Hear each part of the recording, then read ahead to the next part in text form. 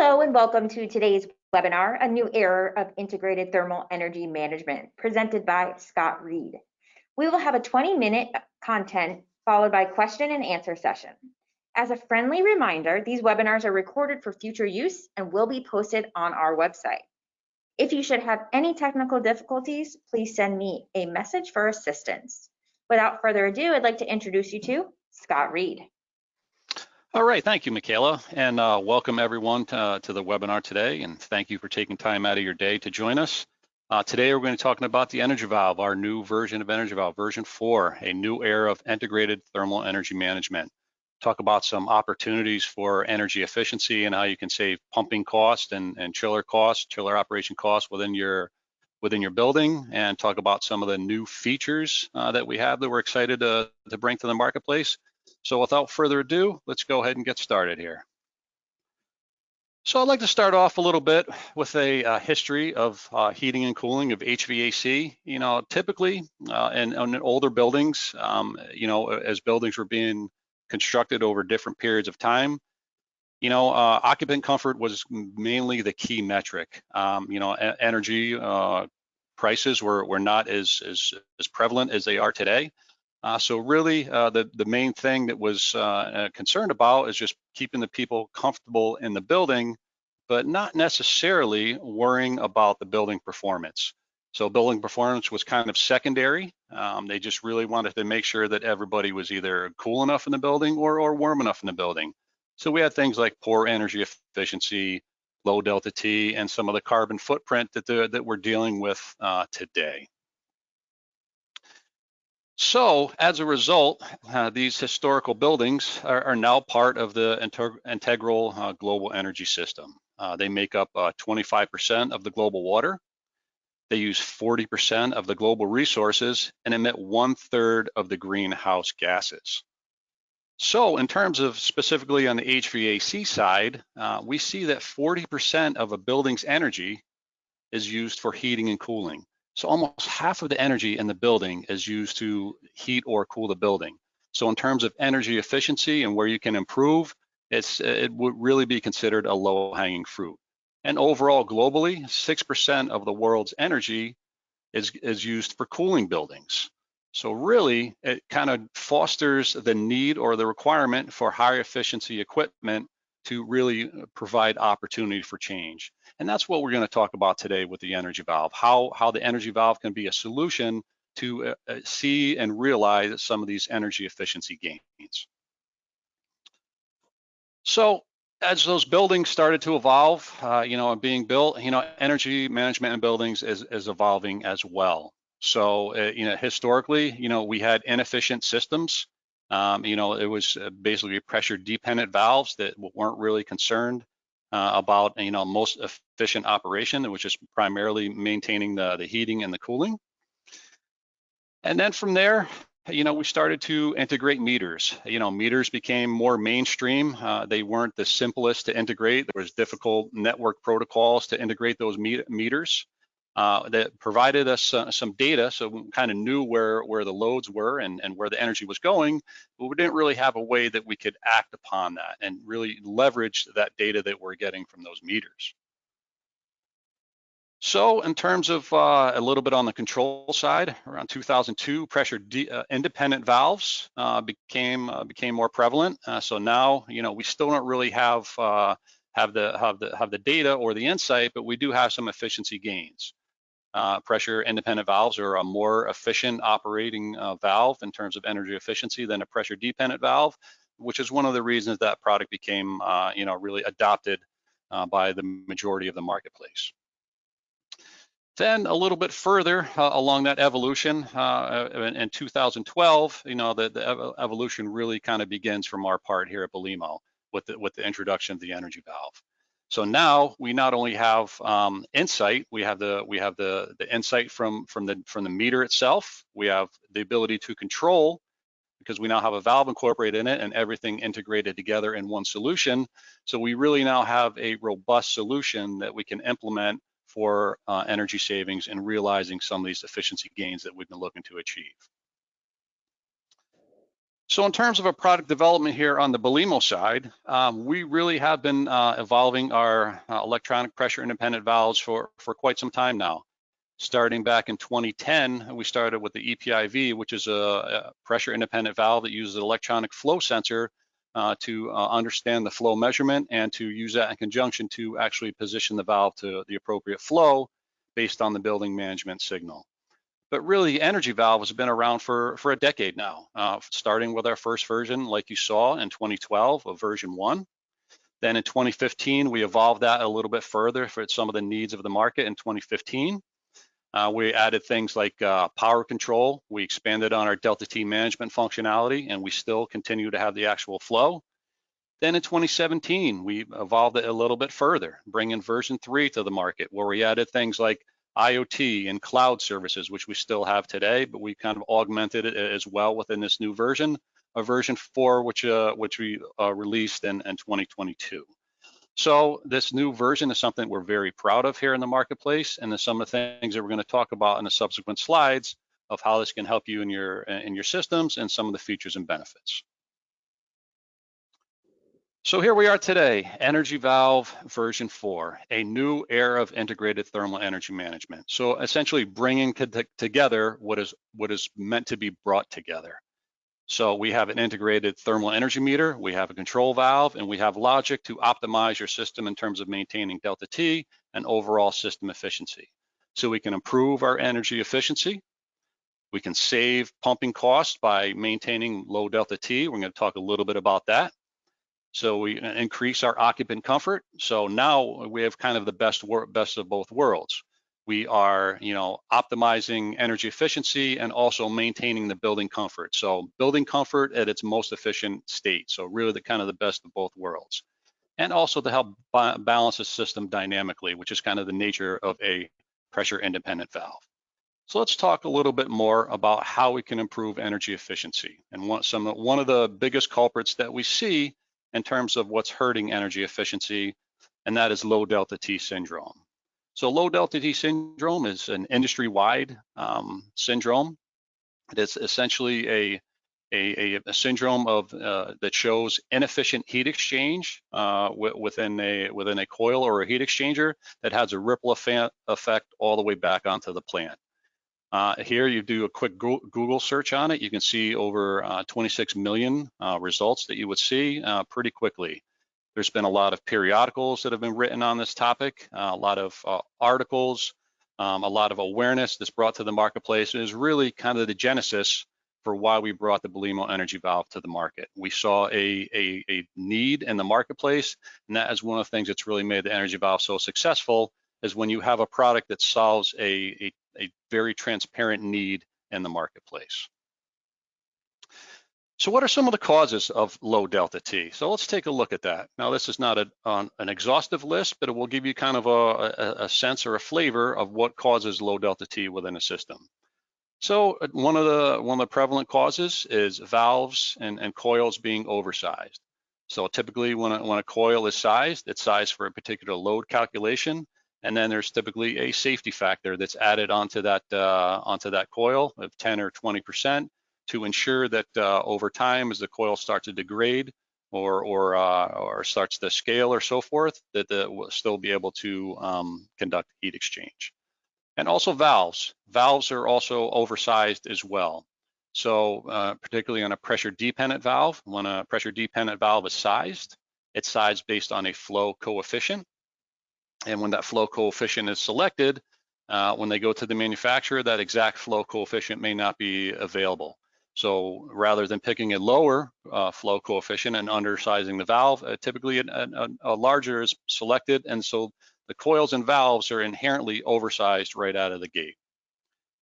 Air and water flow rates are mismatched, so not balanced and commissioned properly together.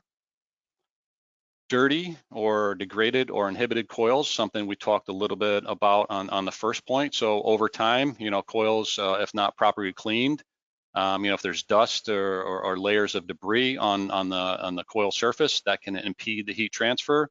Also internally, if there's scaling within the the coil itself, or if you just overwear for damage, from damage to the coils, all those things there can have a negative impact and impede the heat transfer performance.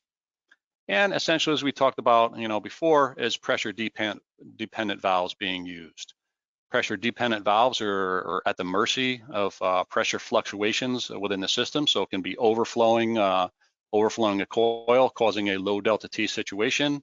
And if used in conjunction with the circuit setter, they're only balanced at the full flow. So at lower pressures, the valve is not really performing as it should be. So let's talk about a little bit about how the energy valve can help here. So to do that, we need to look at what we consider as one of the most important formulas in HVAC. So here we have a formula where Q is the power output, either in kW or BTU. M is the mass flow rate, or the flow rate through the valve or the coil.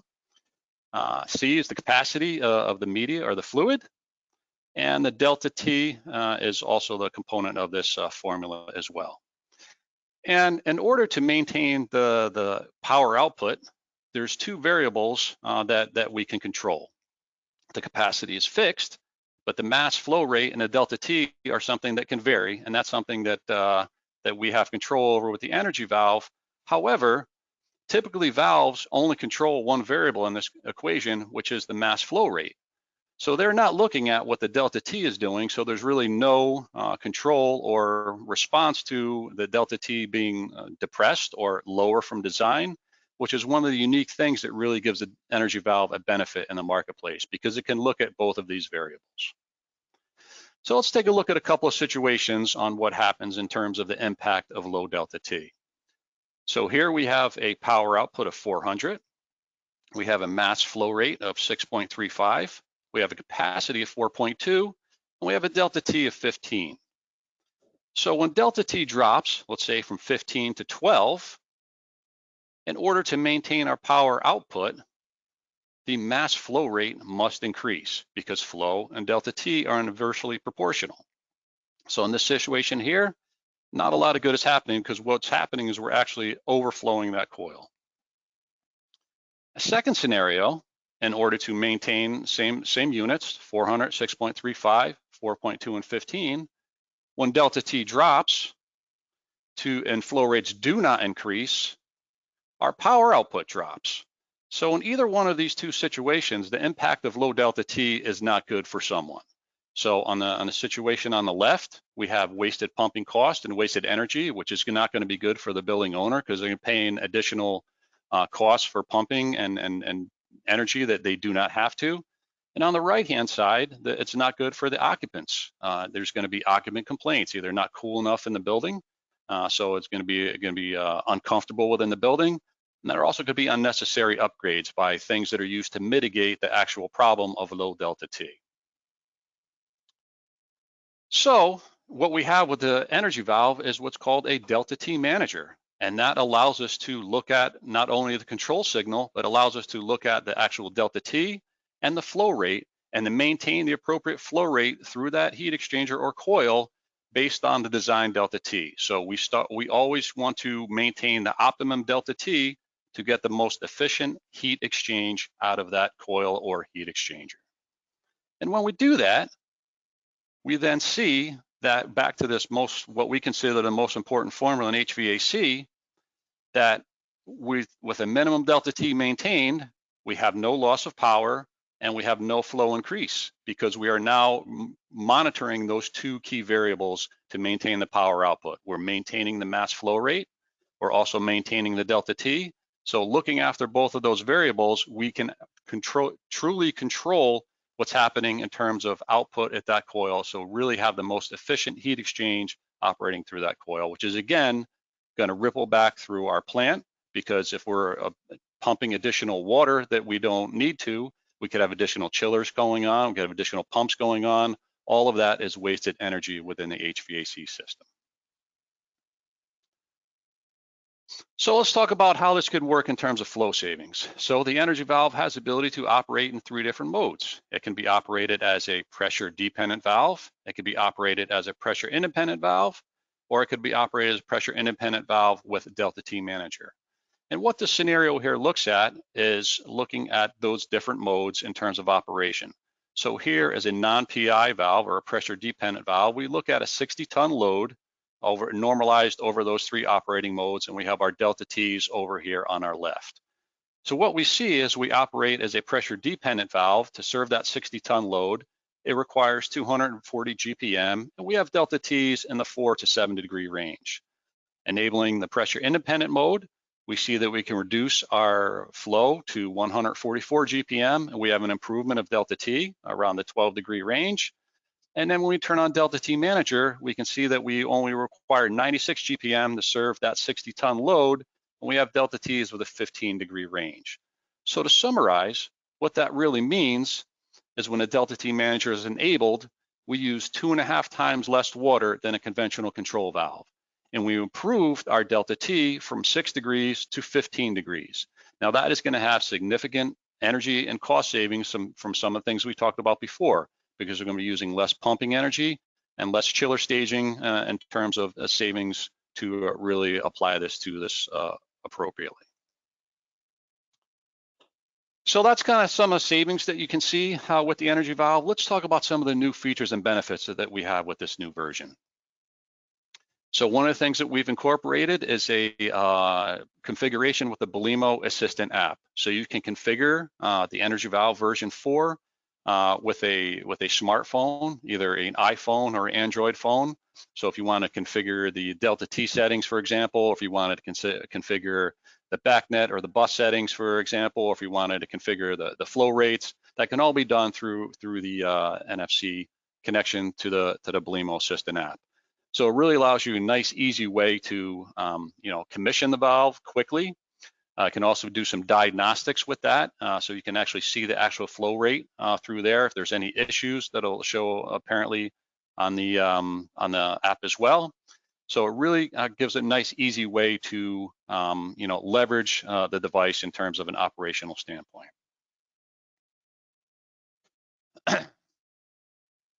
So we also have an intuitive onboard user interface, which has been updated for this version as well. So this user interface, within this, you can see the total flow going through the valve. You can see the supply and return water temperatures. You can see the delta T. You can see the valve position. If there's any operational errors, this is all locally visible within this device, within this interface. And this interface is connected to a standard laptop computer, which can be done remotely, or if this is integrated over an IP network, it can be connected to remotely. There's valves located all over the world through a network that I can connect to here in my office here in Danbury. So it's one simple way to really get a snapshot or an overview of the operation of the valve. You can also access the historical data. This valve still continues to store 13 months worth of trended data, so that data can be accessed and exported for future use. So really a nice, easy, intuitive user interface to collaborate with the valve. In terms of seamless integration, we have BACnet IP and BACnet MSTP. We also have Modbus integration, Modbus TCP, and Modbus RTU, and we also have MP-Bus, our proprietary M-Bus protocol. We also have a gateway that's going to be used in a M-Bus protocol, so we can have a transition to that as well. So this really gives a seamless integration to the major protocols out there in the market today. With each version of our Energy Valve, we have continued to improve our communication within the bus system, so it's a very robust and solid communication. So everything that in terms of integration, it can all be done right through a digital bus system. It can also be done through a standard analog signal as well, but this gives you a little more flexibility in terms of digital applications. Also added the ability to have expanding additional applications with an additional sensor input. The sensor can be an active volt, a passive, or a switch. So a typical like humidity sensor, air temperature sensor, or air quality sensor, which allows you to integrate this for further applications. So for example, if you wanted to have a discharge air temperature sensor, so when you're monitoring your what's in a delta T manager mode, you want to make sure that you're maintaining your discharge air. That can be brought through the valve, trended through BACnet, and also available on that intuitive user interface that we saw before. So really give some ways to, expand our application and possibilities and save some points on a controller. So a really exciting way to leverage the data off of this. We also have Glycol monitoring, which is another exciting feature. And Glycol monitoring kind of encompasses two major points. At an efficiency standpoint of maintaining pumping costs, because if you have too much glycol within your system, you are going to have a thicker media within that system, which is going to be more viscous, which is going to create more pump head and require more pumping energy to pump that thicker media around the building. Also, you have a risk of freezing with this. So if you don't have enough media, enough glycol in your media, there's a potential that you could have risk and have damage from components failing, or quite frankly, coils exploding from freezing, not having the appropriate levels of glycol. So right now, it's the only valve on the market that can detect and monitor glycol. So we actually output the actual glycol percentage. So really, it gives us some key features. It optimizes the heat transfer and the pumping efficiency of the system. It reduces the operating cost and the risk of freezing. And there's also no time-consuming tests because it's continuously and dynamically monitoring the glycol percentage and reporting it back either BACnet or via the user interface that we showed before. So there's always a constant awareness of what the levels are. There's also a flow component that comes into this and an effect of measuring the true accuracy. And this here, what this is here is we looked at within our lab, we looked at a meter that did not have glycol compensation algorithm. And what happens is when you don't have the ability to understand the true properties of the media being run through the valve, you do not have a true measurement or flow measure and accuracy because of the differences in the properties of the media. So what we looked at here is different temperatures from 23 degrees Fahrenheit all the way up to 122 degrees Fahrenheit. Down here we have our flow rates on the bottom, and here we have deviation from the standard plus or minus 5% or so for the flow measurement. And what we can see over certain temperatures, we have a plus over 20% flow measurement error. So that is really not good in terms of flow measurement. So what we did is we said, okay, what does it look like when we turn on the glycol compensation algorithm?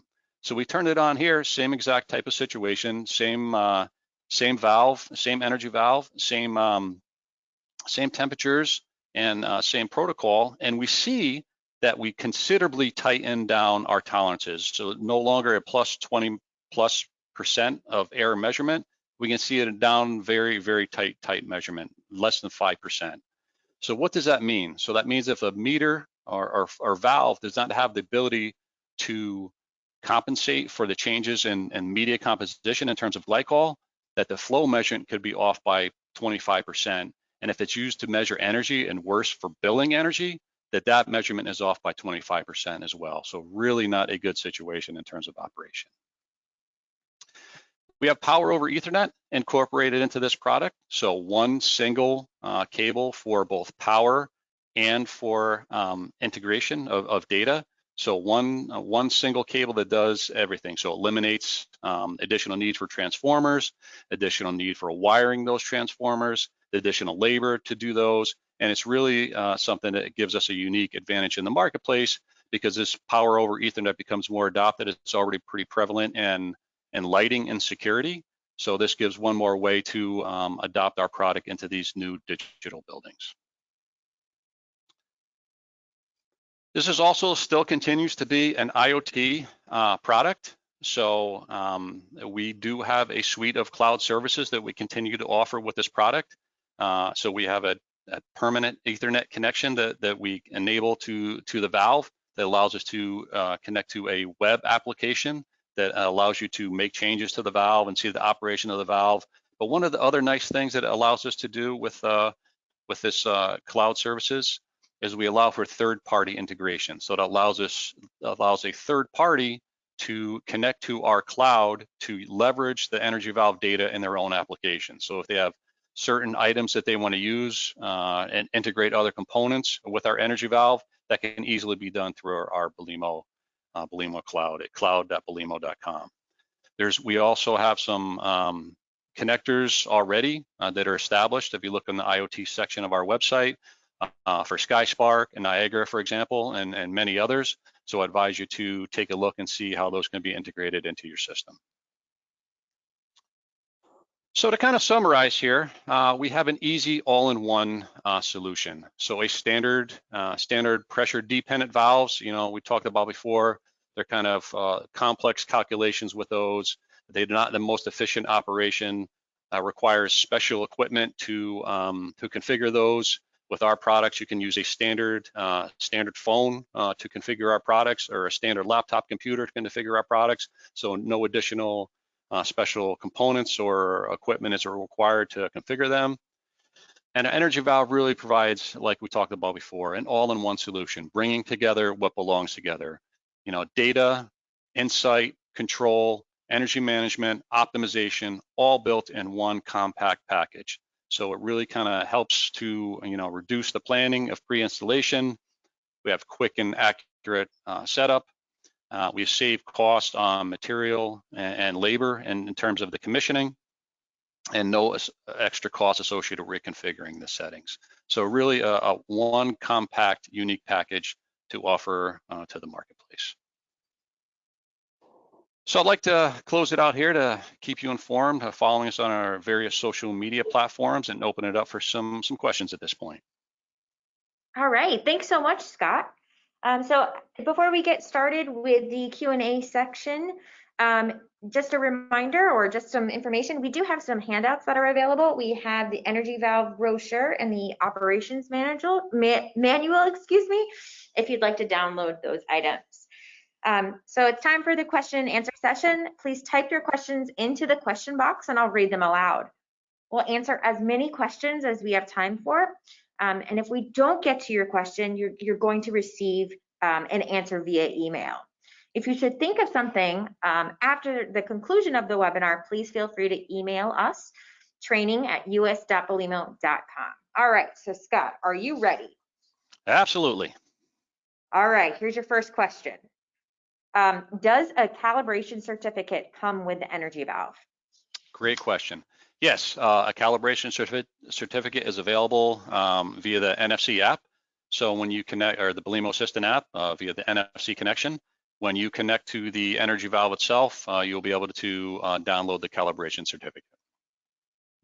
Perfect. Next question, how can I estimate energy savings before the Energy Valve is installed? That is another great question. On our Belimo website, we have what's called a savings estimator that will allow you to put in some specifics of your HVAC installation, meaning your type of plant, whether it's what type of chillers you have, how many chillers you have, what your current delta T is, what your future delta T hopes to be, your project costs, and that will give you a savings estimate over a 5, 10, and 15-year horizon over how much energy and how much cost you can save in terms of energy savings and financial savings. Okay. Next question. For the iPhone, can I connect directly to the Energy Valve version 4 with NFC, or is it through a zip BT converter, or is that still required? Excuse me. Okay, so no, you can know the zip BT is not required. It can still be used, but with our release of our latest app version, you can connect directly to the Energy Valve with an iPhone. There's no longer the zip BT required. Okay, and we're just at the half of the hour, so I'm going to take one more question. I do see a lot of your questions coming in. I apologize. I just want to be respectful of your time. So Scott, here's the last question. Is there a separate model for power over Ethernet functionality, or is it incorporated into all of the Energy Valve version 4?